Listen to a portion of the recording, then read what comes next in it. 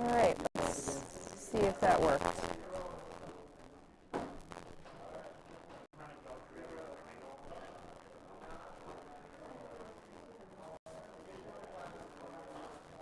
Is it going to make me watch an ad? It says I'm on.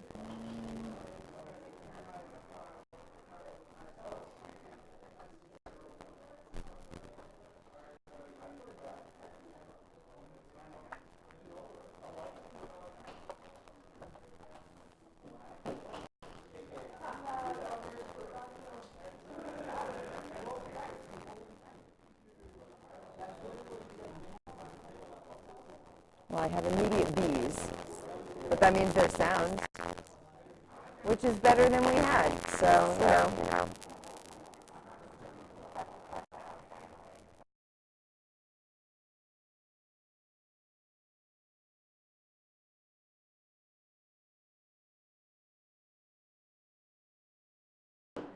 Hi again. All right, that was impressive. You tried, I guess. And I choose one card to be discarded. That's better.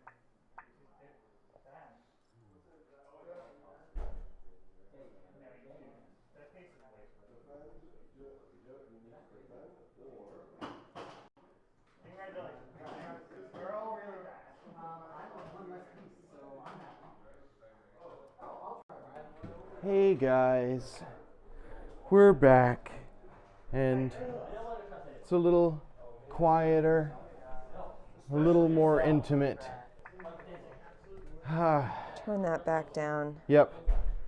Now So that I know Amanda's we been have sound. talking to you guys on the I've stream. been talking on video for Like- 15 minutes or so, and Talking about Lego and past times. yep, and no one could hear me.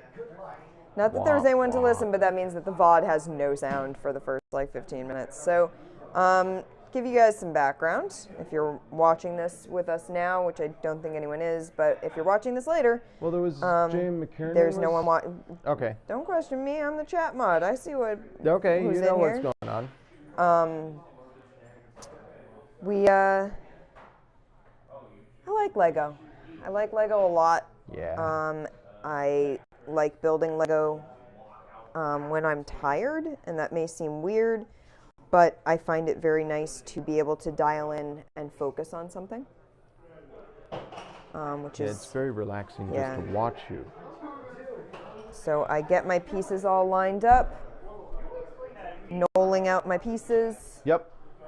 and then I'm gonna start building. So I said earlier, and I don't know when the sound cut out. It could have cut out at the end of the last stream. I have no idea. But I did say before that I've built Lego at every Extra Life so far. I built the Lego Sandcrawler from Which Star is Wars. a mighty structure. It's a mighty structure, but it wasn't as complex as one might think, because it's a lot of flat surfaces. There's some Technic stuff in the middle of it, and Yeah, I it had did some cool kind of screw little up details. Yeah, I mean, it's a very cool build, but it's a lot of flat surfaces. It's a lot of very like straightforward build. It does have some Technic stuff in the interior to open things up. It's got a lot of like gimmicks with like cranes that lift and stuff. I did mess up one part in the interior, but I realized, as annoyed as I was with myself for doing that, I realized that it didn't actually end up mattering for the build, and that undoing it and redoing it the proper way was going to be well nigh impossible, just by the way. Yeah, you get to a point where taking things apart. The way Yeah. it was done, I was not going to be able to recover. So I sort of sucked that up and coped. So, oh well. Yeah. But And then the next year was the helicarrier. next year was the helicarrier. I think I was saying earlier I thought Shuttle Tidarium was last year. I think Shuttle Tidarium was actually the helicarrier year. I think Shuttle Tidarium I Was built your early. warm-up? It was Yeah, my warm-up you build. actually built it at the counter. I built seem it to up at the remember. counter. There's actually a photo of me building it at the counter. Yeah. And then I later built the helicarrier. The helicarrier I did not finish on stream. We actually filmed me as a Yeah, we did a time lapse. time-lapse filming of it. But I wasn't able to finish it. I finished probably about 85%. But the helicarrier is really Enormous. big and has a lot of components in terms of sections that it builds in. So, yeah, that was not finished, which is okay. It's fine. Oh yeah, thanks. Then I built last year the classic Batcave. Which is hilarious. It's I love really that funny. set. It's so it has cool. a lot of really good in jokes from like the old '60s Adam West Batman series. Yeah. It's got like the phone with The red phone. the red phone. Yep. It's got the statue head. It's got like the bust that lifts up and there's a button underneath. It actually has the head and it lifts up and there's a decal with a button underneath. It's got the poles, the fireman poles that you can send them spinning on. It has little handles and it makes them spin down it the way it's built. It's just very cool. It's got the atomic pile. Don't climb on it. Yes. It's very cool. It had a lot of really awesome characters in it. It had like all the classic, well-known enemies. So it had like Penguin and Catwoman and Joker and Riddler. And it was just a really well put together kit. I really enjoyed it. I have the older modern Batcave, which has a bunch of cool stuff, but had Robin but no Dick Grayson, but it did have Batman and Bruce Wayne because there's a gimmick the one, yeah, the with a trap transformation? door, Yeah. and you hide sort of Batman in a little like compartment, and you drop Bruce, and it at the same time drops Batman, and that's cool and all. Why didn't Robin get something? Yeah. What's up with that? And it didn't have Alfred, and I felt that was a keenly felt loss for me because I do love Alfred Pennyworth, and so I had to make a Dick Grayson and an Alfred in the little Lego minifig station at the Lego store. So that Yeah, they have a thing where you can build your own minifig. They So I have did all the my heads best. and the hair and accessories. Yeah. I would love to have like the actual things, but so it goes. Well, there is a new Batcave that we don't own, There right? is a new Batcave, yes, and it is the Lego Batman movie Right. Batcave, Right.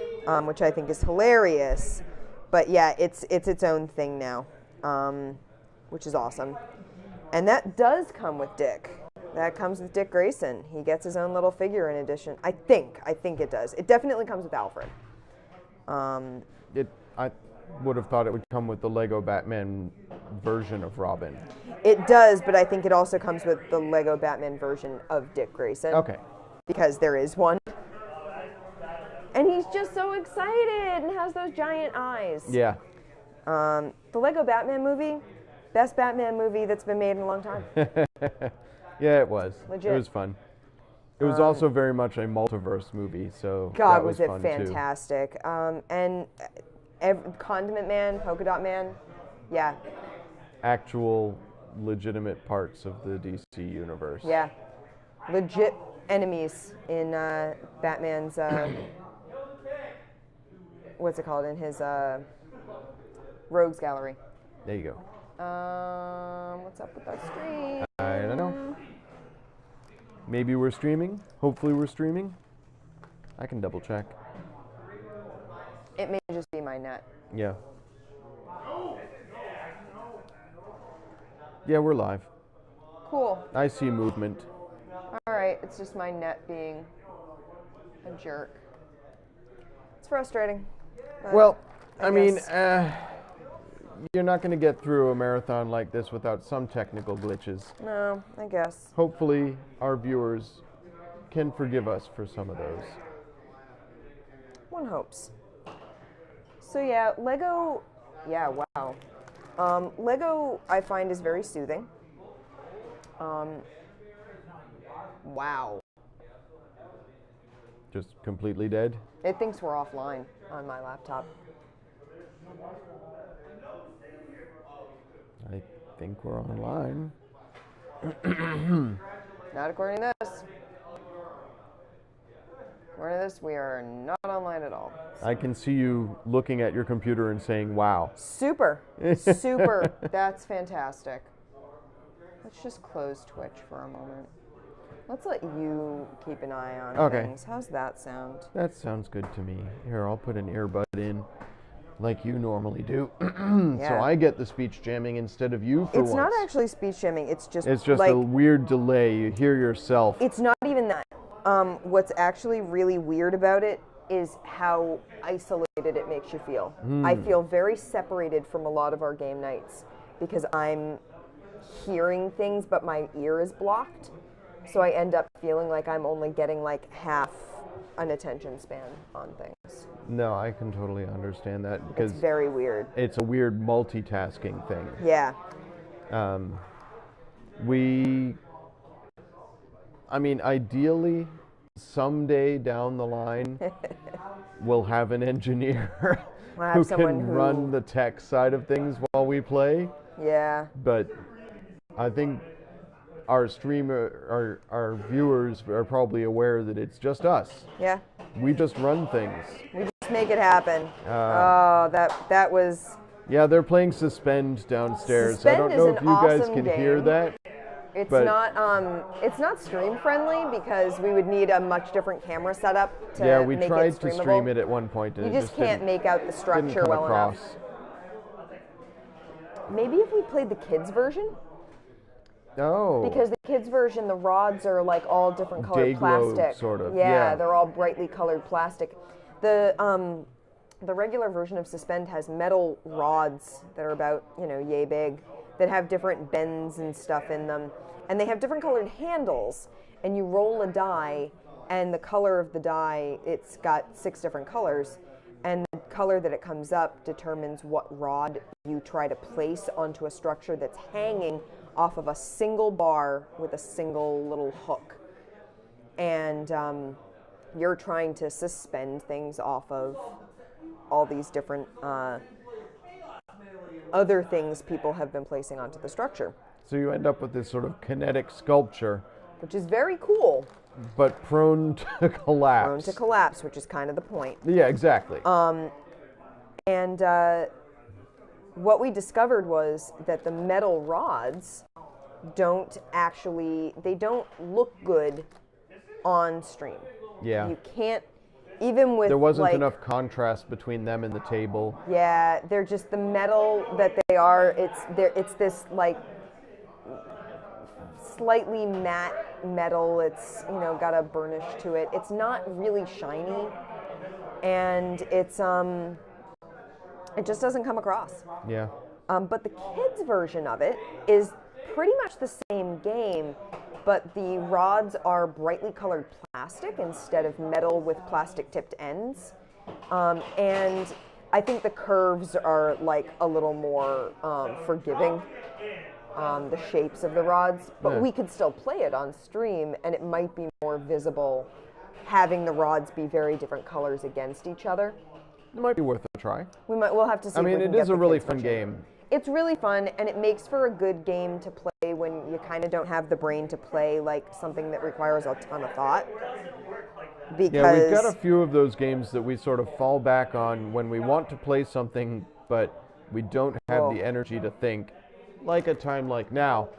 And it's usually Suspend or DC Concept. Deck Builder.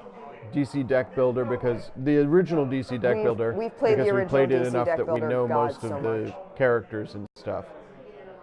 You know what deck you're building. You know how it's going to play out. I've recently been playing in DC Deck Builder the multiverse mode, which is a big challenge for me because I'm not as familiar with many of the expansions. Yeah. So I don't know the mechanics and I don't know the characters and the deck archetypes and all of that. Exactly. Yeah. But playing basic DC Deck Builder, the original game, it's it's almost relaxing. Yeah. So fun story that I will repeat for the purposes of the VOD and archive.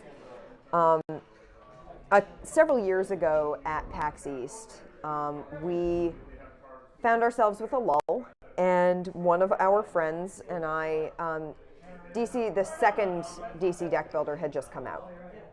And we were all really excited about it. We all wanted to like play it and sort of bang it around, see, put it through its paces, as it were, and see what we could do with it and where the weak points were and, what deck types rose to the surface. And our friend had come up with or found out about a variant where instead of putting out the supervillains as a deck to beat at the far end of the lineup of cards to buy, you shuffle the supervillains into the main deck so they end up showing up in the lineup as just cards to buy. So that's interesting, right? Like, that seems like a cool idea for a variant. Because then it's just who wins, basically. It's like, that there's a certain number of supervillains in the deck, and so on and so forth. This was a tactical error in DC Deck Builder 2. Yeah. And the reason it's a tactical error is because of three things. One, power rings. Two, Kyle Rayner. Once you have the White Lantern out, he has an instant win condition, which is that if you have played, I think it's like 3 or more or 4 or more power rings in the same hand, and Kyle, you win. That's it. You're done. Just win the game. Win. Yeah.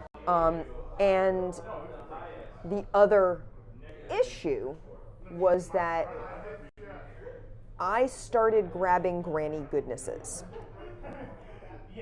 And what Granny lets you do is use the ability of any villain on the board. And so you any had villain. super villains. We had super villains on the board, which I asked, and we were counting them as villains. So I was being able to use super villains' abilities and like attack points to buy things off the board. So my deck ended up being this ridiculous deck that was just pulling out card after card after card after card after card.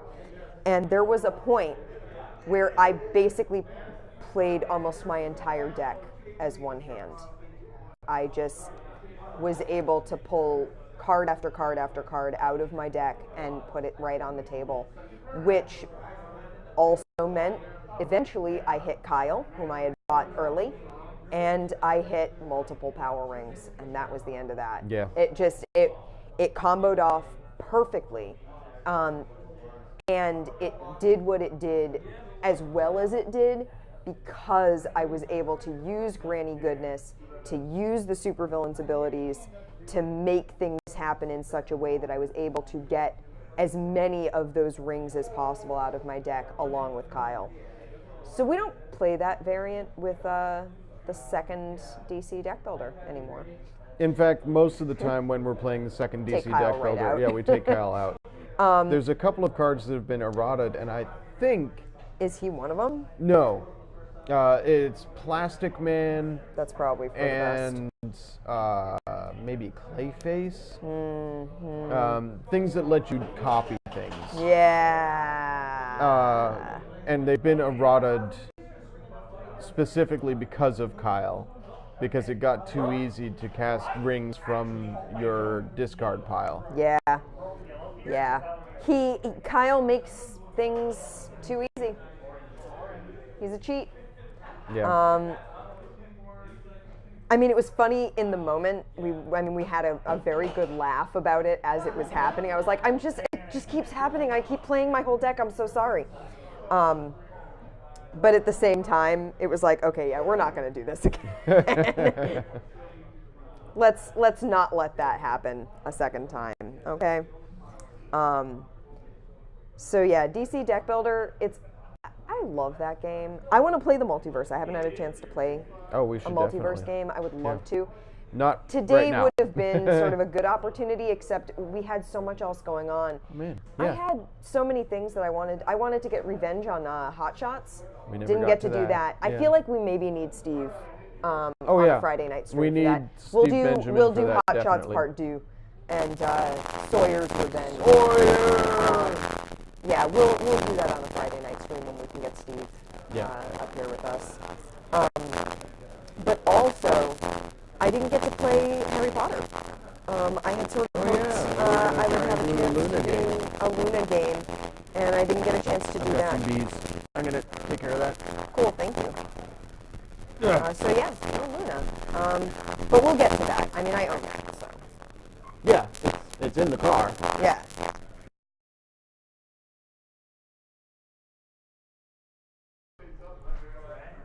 Oh, this is nice. This is very relaxing. This is what I wanted to sort of end with. This is why I bring a Lego kit.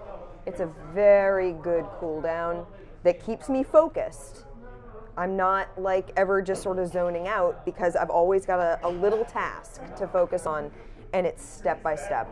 You just go through the steps and I have to say I'm follow it. impressed just watching you because you're talking, you're reminiscing, you're discussing games and stuff, and at the same time you're building. Yeah, well, I mean, I do a lot of Lego, Yeah. so I feel like that's the one I want. It's not the hardest thing in the world for me to do, to multitask that way.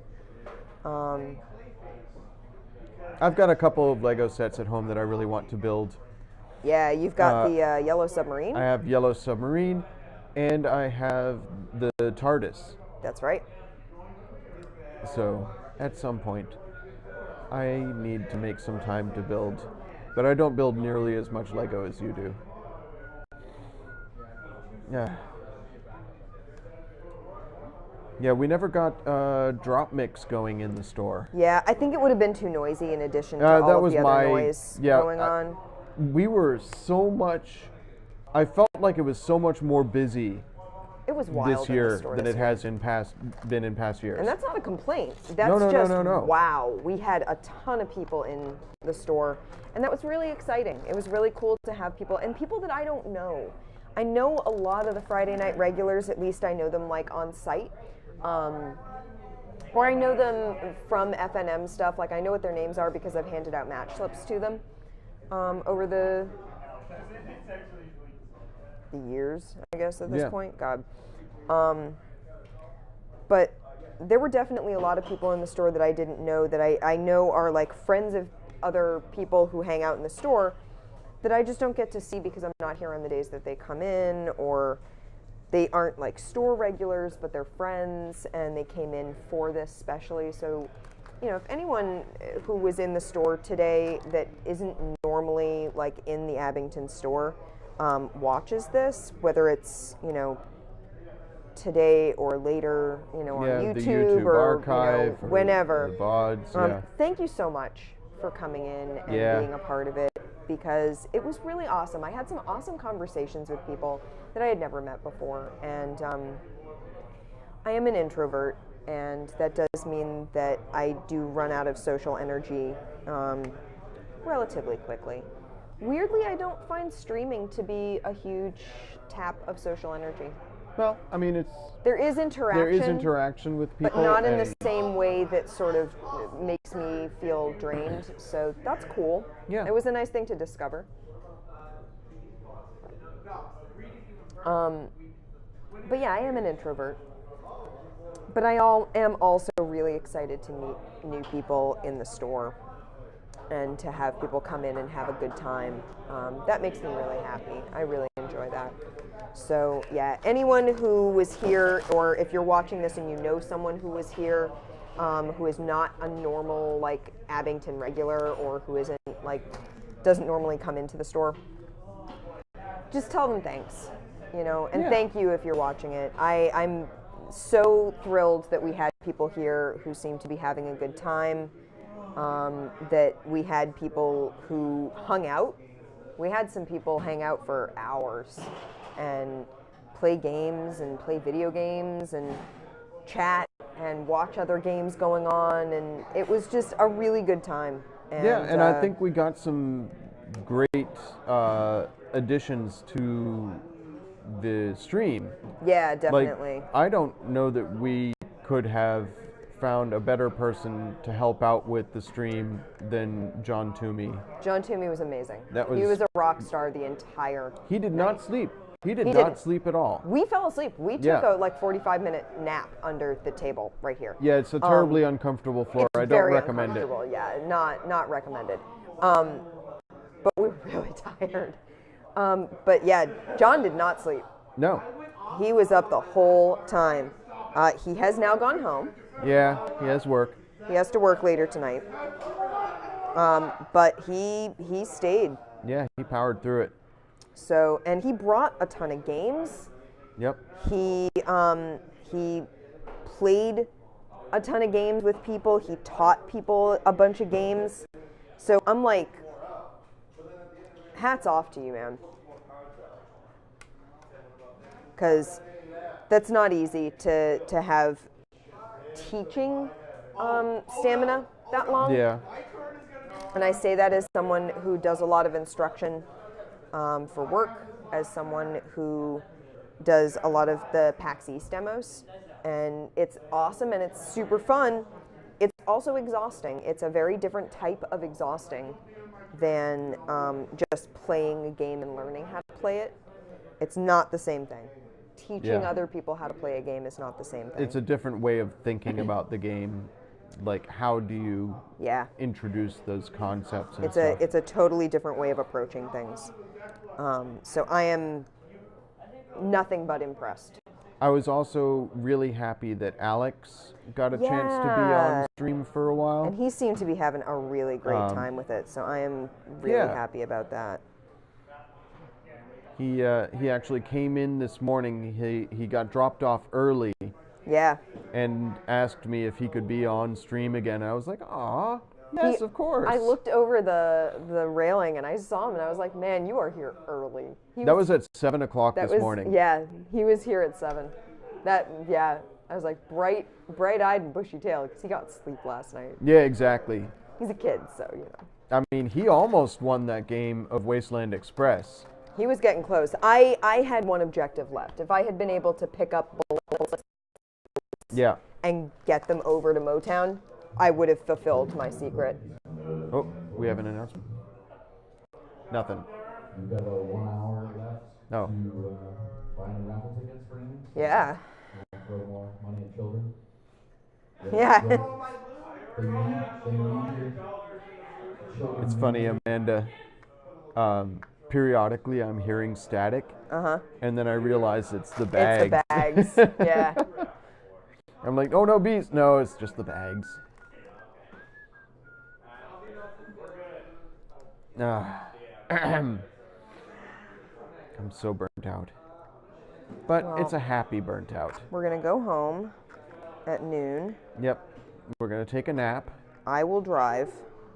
Thank you. Drive carefully. Andy's been worried about driving home, so. Yeah. I'll take that bullet. I'm definitely zoned. I don't want to drive in this condition. No, I'll take care of it. Does that actually snap on? I think it does. It's just being... yeah, tough. It's just being cranky. And then after a nap and cuddling our cat, I'm going to try and do some more writing, because I am behind on NaNoWriMo. I'm Both on Amanda schedule. and I are doing National Novel Writing Month. Yeah. This was a smart decision. We make wise life choices. That's what I have to say about that. But we seem to be doing okay so far. I've never done NaNoWriMo before. Amanda has done it once before. I did it, and Did I actually finished. hit your word goal, Yep. but then never went back to do any editing because you No, were screw so that. done with that piece. I wrote myself into a corner and realized that the only way to get myself out of said corner was such a massive rewrite and edit, I couldn't even face it. And I realized that about 3,000 words from 50,000, about 47,000 words. So I still had 3,000 more words to write at that point, and I realized I have written myself into this horrible corner, and I have to rethink everything. I haven't done any writing on this scale in decades. The plotting is really different. It really is. So I haven't even really written short stories. I've mostly done blog posts and creative writing is very different than analytical writing. Yeah. So it's been really interesting for me to get back into it and work on my writing chops. I've figuring found out myself, pacing is very interesting. Yeah, pacing is definitely. I'm just putting words out, you know. See, I'm having a couple to of think times of pacing I've had to go back because I know what I'm doing with because I have plot elements I know I'm going to come back to, and I'm like, I don't feel like I touched on that enough, so I go back and add a little bit. Hey, going back and adding on. is fine. But for the most part, I'm just pushing forward. I'm writing. I have a general idea of a plot. I'm doing a lot of world building, which is the part that I'm really enjoying the most. But I don't really. I'd have to go back and reread to see how the pacing is. Like, does it feel rushed in places? Does it feel slow in places? I really don't know. And I don't have time to go back and reread. That's a January thing. For NaNoWriMo, it's get everything put together and then it's edit later. See, for me, I do a lot of creative writing. Yeah, you do. Just for myself. And for writing on this scale, I've done NaNoWriMo before, and I did finish. Technically, I finished. I got 50,000 words. So that's finishing. But most of the stuff that I write is between like 1 and 6,000 words. 1,000 and 6,000. Somewhere in that range.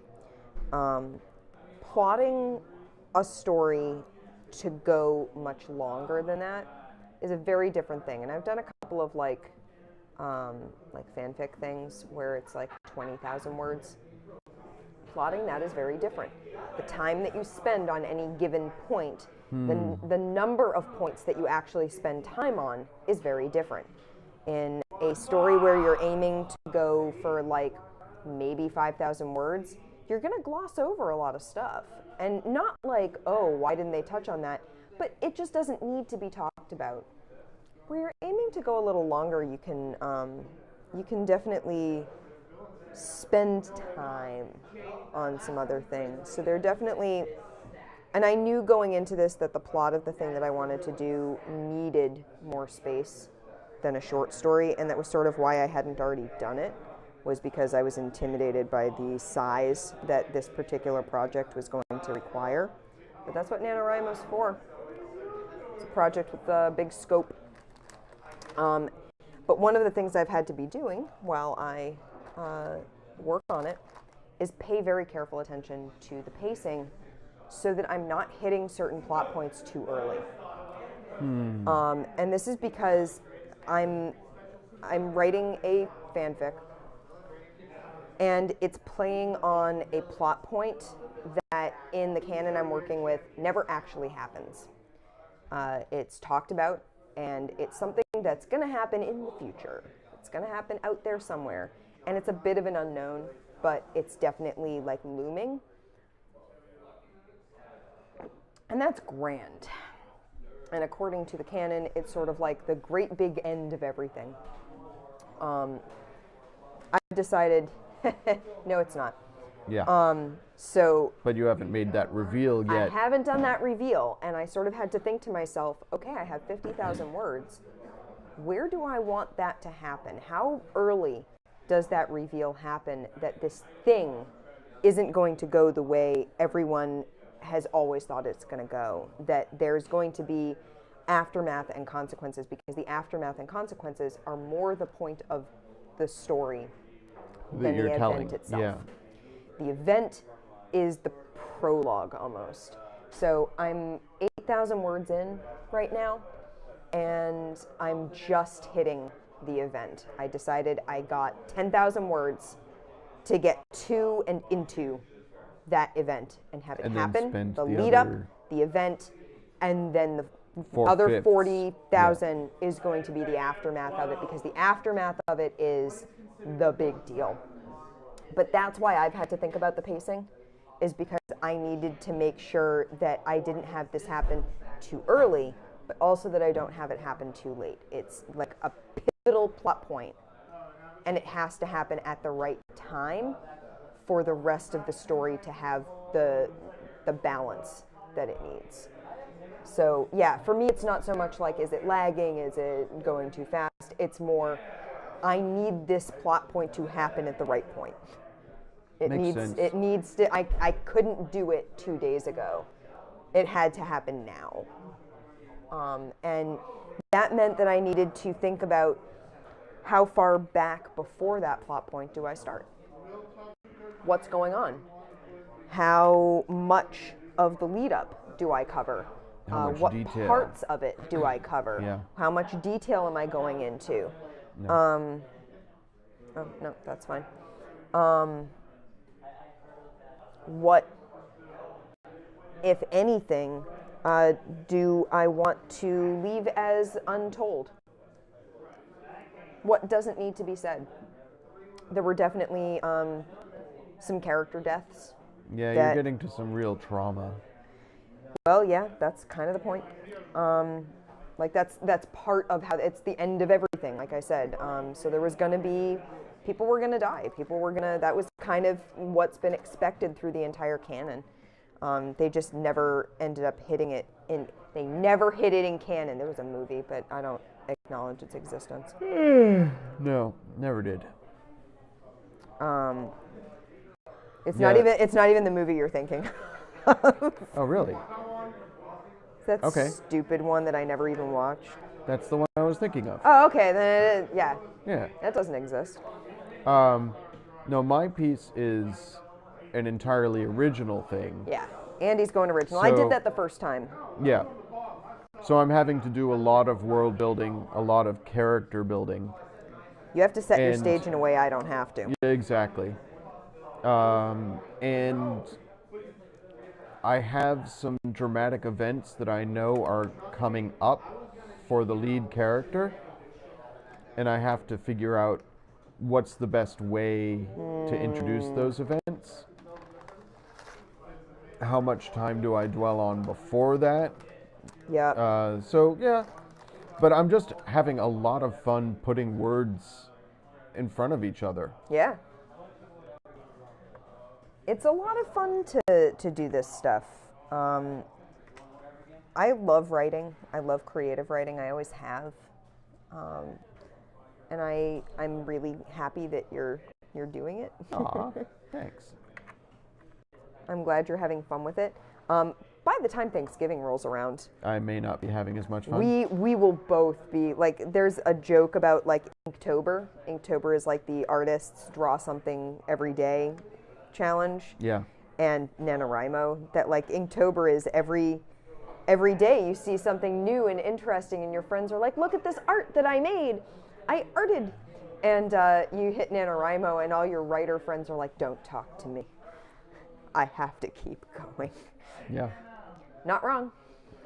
1,000 words a day. Dang it. I even hit it with a by it. And yesterday, I was sitting at the counter doing prize stuff and just writing in between, giving people tickets and talking up prizes and. Oh, you got a piece. It escaped. It's fine. It's fine. I see it. Please. I'll be right back. Okay. But yeah, I got it done. Hit my 8,000 last night. Before midnight.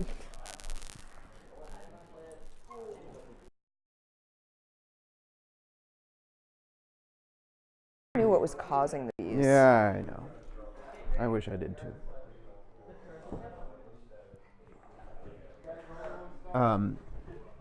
I have been... No, I lost it. I was going to say something. You have been hungry.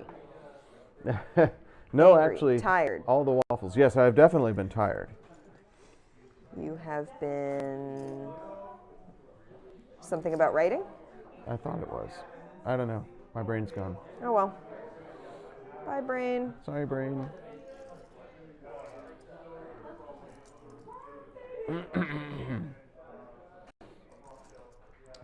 But yeah, so I'm having fun with it. I'll probably be super angry about it eventually because that's how it goes. But at the moment, I'm having fun. Yeah. And that's what's important. On Friday night, Y'all. I was making some progress on the story, and I actually was doing an action scene, and there was some drama going on. And I got most of the way through it, and it was about 12:30-ish. Yeah. And we knew we had to be up on Saturday morning to come in here to open the store Yep. before the Extra Life Marathon. And I had to force myself to stop writing. I was like, I could keep going. I know You'll regret it later. the rest of this chapter. I know what's going to be happening, and there's some scenes I'm looking forward to writing. But I just have to stop now, because if I don't sleep, I'll regret it. Yeah. So it's my hope that after I've recharged a little bit today, I'll be able to jump right back in, and I know exactly what I'm writing, so it should go pretty easily for Sunday. Hopefully. We'll see. Yeah. I mean, I think you probably will. You know where you're headed with that particular thing, so I think you should be able to. And I'm near the conclusion of that chapter, so. So, yeah. And then it's a matter of a more lighthearted chapter, which introduces some concepts I need for later in the book. I'm laying a lot of groundwork in the bits that I'm writing now, and I'm trying to do it in a way that doesn't make it obvious that I'm laying groundwork. Just tough. Like trying to make it seem organically part of what the character would be doing. Yeah. But it also... You want to be showing, not telling. Oh, man. So, there's been a couple of times where I've found myself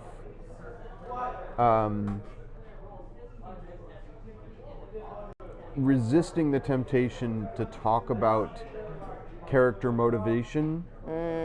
I'm writing in the first person, so I have to be very careful not to have my main character speculate about why things are happening, because it's not necessarily something she would know about. Right.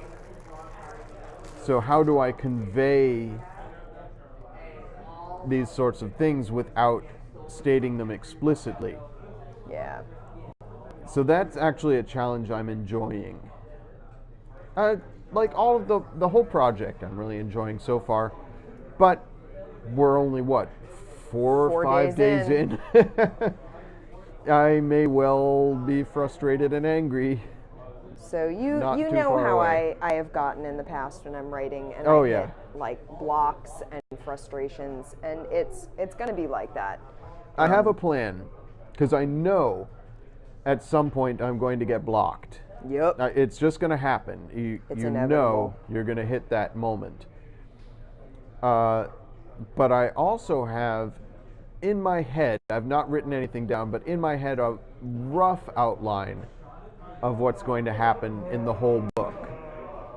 So my plan is, if I get blocked, skip ahead, write the next bit I know, and then go back and try and connect them somehow.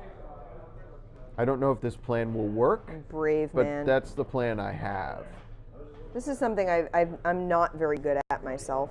I tend to write in order, and then go back and add things after the fact, or move things after the fact.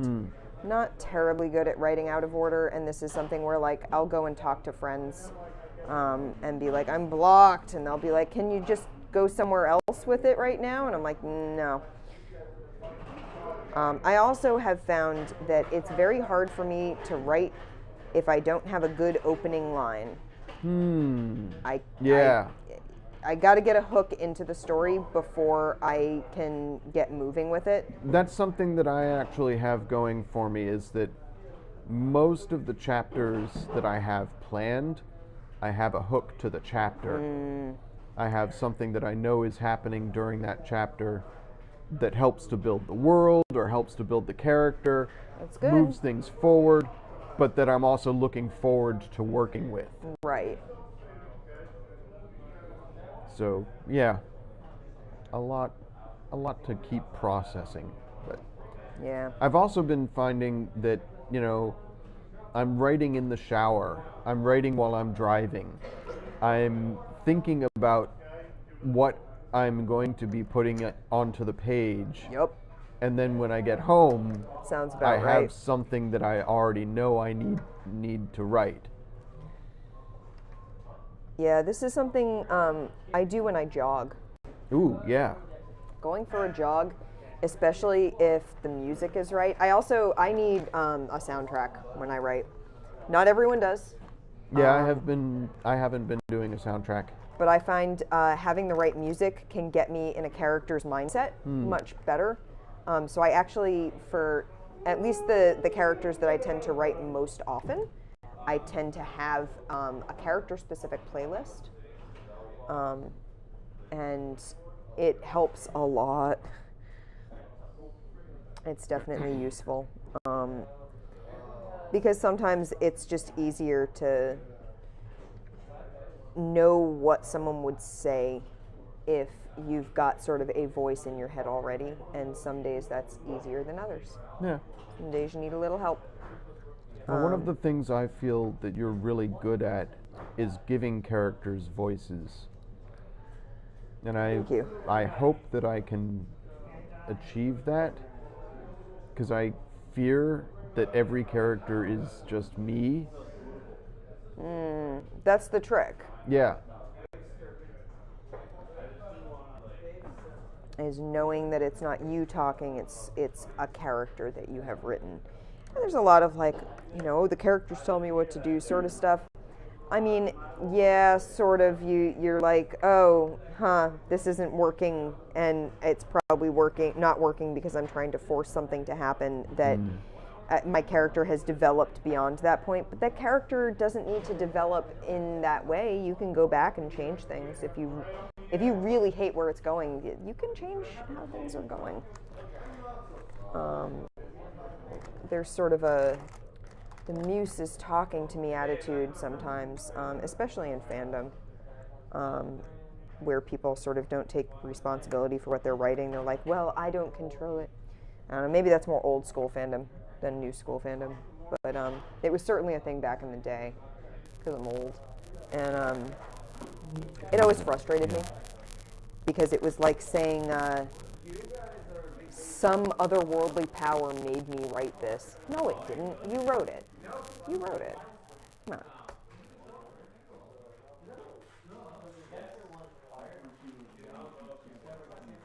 Oh, for Pete's sake.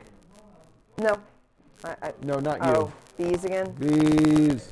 Man, I know, right? it's like we've got a hive right up here with us today. Hive mind. Hive butt.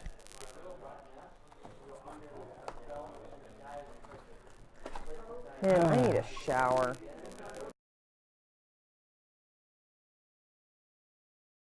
Gross. Yeah. I need to wash my hair. We can do that when we get home. That's my thinking. We've got some giveaways to do. Yes, we do. I'm excited about that. How are we doing for time? It is 10:24. Derek made an announcement saying that About 20 minutes ago. we had about an hour to go That was to about get 20. donations That was in. at 10. Yeah, exactly. That was at 10 o'clock. So we've got time. You're on step 33, bag 2. Yep. You're making good progress. Like I said, I'm well practiced at this. I wisely took tomorrow off from work. So smart. It was kind of a near thing. We had a little bit of a situation at work where there was a observed holiday versus an actual holiday, and which day my workplace was going to be closed affected what day, like who got days off midweek. It was a thing. It was a thing. So I was going to just be getting a day off midweek, but then it turns out I'm not just getting a day off midweek, so I had to ask for it off. But Yeah. It's cool. It's fine. I had the time.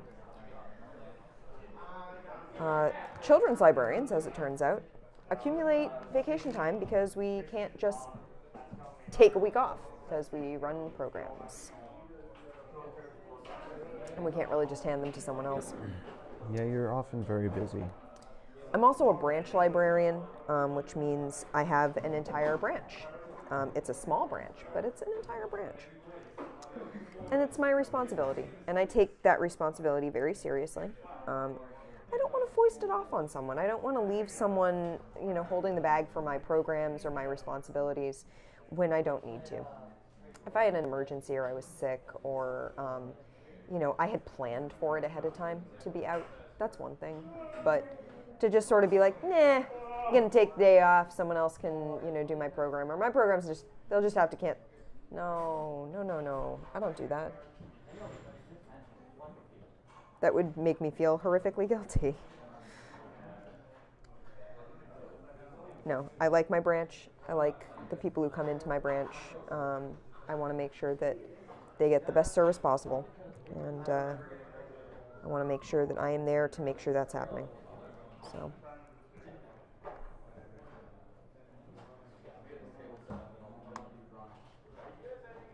I might be getting a preschool coming in regularly. I'm excited about that.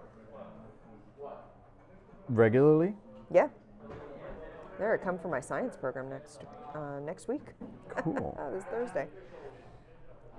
But I'm really excited about it because I've been wanting to set something up with them for ages.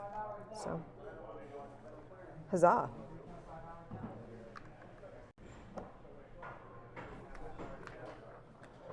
So I don't know if I had sound when I told the story of my first memorable Lego build. So I'll tell it again just in case.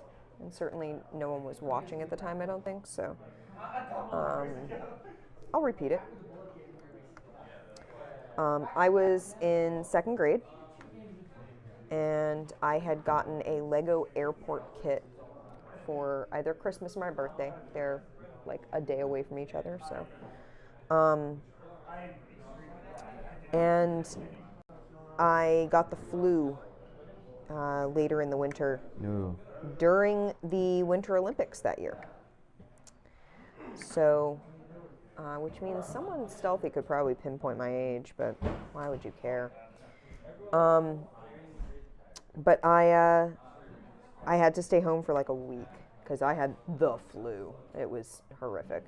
But mostly what I did was take Tylenol to keep my fever down, be force-fed orange juice, which I hate to this day because of that. It's one of those, like, when you've been force-fed it while you're sick, you are going to associate it with being sick forevermore. And that's orange juice for me, unfortunately. I like the smell of it. Cannot drink it. And I built a Lego airport while watching the Winter Olympics. So while orange juice has a horrible sick taste to me in my head, the Winter Olympics and Lego are very like soothing and comforting things for me. They're very much like, I'm just gonna sit here and do something very like calming and fun. I think you jumped ahead. No, I didn't. I got these parts. Yep. There. You did these parts, which are this side. And then you did those parts, which are not on this illustration. Well, I knew they were coming. There, done. You did step 38 without even seeing it. You're on such... So Lego and I are well acquainted. As I just pointed out, I've been doing it since I was in 2nd grade. The Lego airport kit was super cool. It was a very neat kit. It had a little airplane and a little building, if I'm remembering it correctly. So yeah, I got to watch that and got to watch that and build Lego and play with it, and in between naps, basically. A lot better than the last time I had the flu, which was right after my grandmother passed away. Ooh. I'm sure I caught it from someone at the wake. My watch is out of batteries. Oh. My grandmother passed away one winter, and our heat wasn't working very well, so we were freezing cold in the apartment, and I had a fever. It sucked. It was very unpleasant, and I was miserable. And I had been out of work for my grandmother's funeral, which was horrible and frustrating. And then I had also, I had to take time off that I had to take it off. I wasn't gonna not take time off. But then I had to take additional time off for being sick. And I already felt like bad enough about having other people have to take on my programs. But even though I knew that it was, they were happy to do it because it was a death in the family, and, we all take care of each other in the department, but you still feel bad, Yeah. Anytime someone has to step in and do something for you, you feel like, okay, thank you so much for doing that. I wish you hadn't had to do it.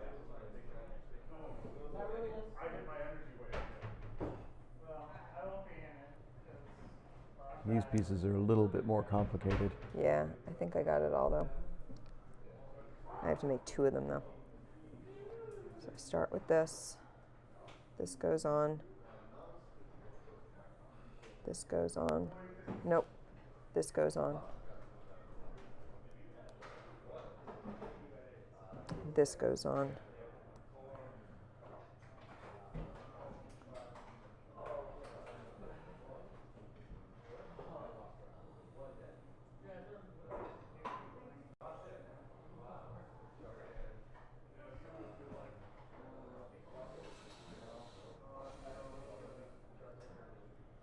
Yes, that goes there.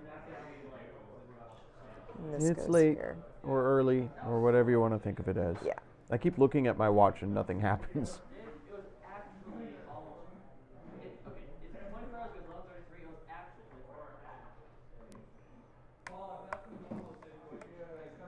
Damn it. Come on.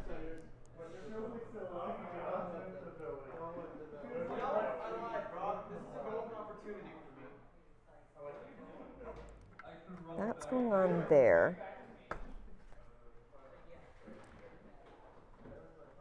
So this is why I know this has to go in a little bit further.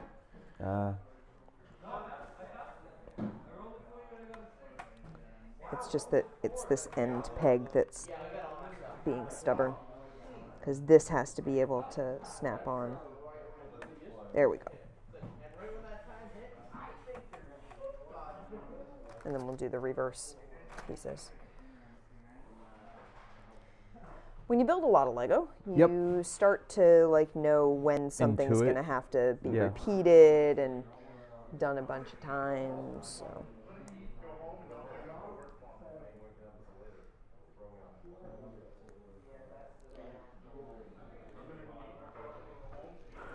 I have to go to the bathroom. I'll be right back. Okay.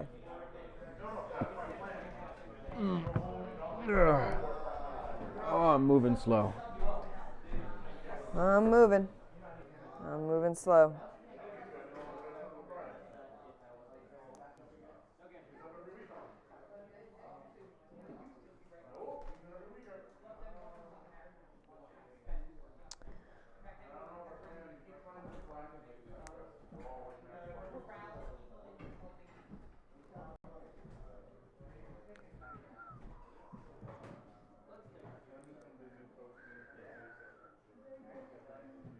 Just gonna keep building my Lego. Let's see if the stream will come up for me again. It would be nice if it did.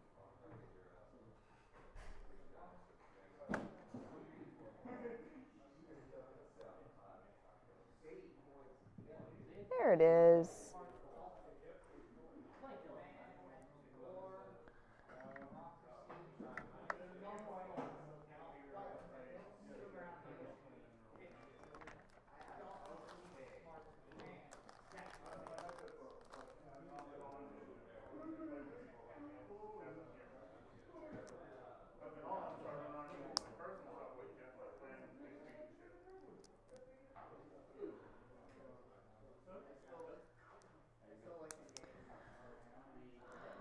So this is bag 2 out of 5.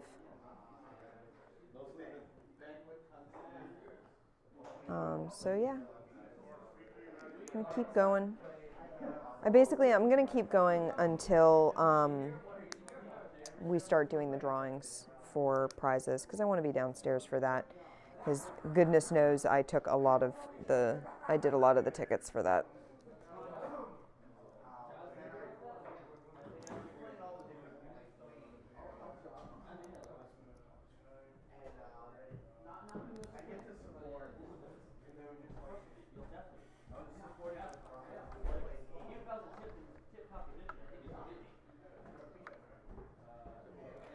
Hey. Huh? He ran down to the bathroom. Yeah. Do drawing soon? Yeah. Cool. He ran down to the bathroom? Yeah. Okay. Did you see what I'm building?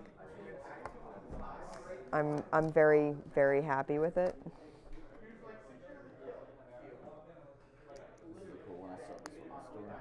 I'm on bag 2, so here I can pause to do drawings and stuff.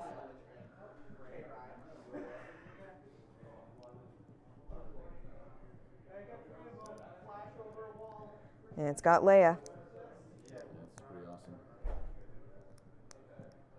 This one, it sort of looks like the B-wing a little bit. It does, doesn't it? It has that sort of, yeah.